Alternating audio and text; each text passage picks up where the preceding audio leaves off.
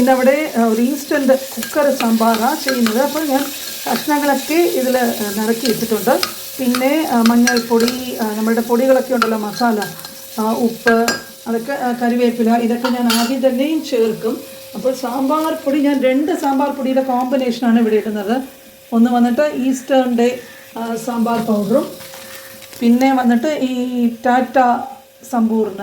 അപ്പോൾ ഈ 2 സാമ്പാർ പൊടിയും കൂടി ഇടുമ്പോഴേക്കും അതിൻ്റെ ഒരു മിക്സ്ചർ കാരണം എനിക്ക് തോന്നിയിട്ടുള്ളതാണ് സാമ്പാറിന് കുറച്ചുകൂടെ രുചി കൂടുതലുണ്ടായിരിക്കുന്നുള്ളത്.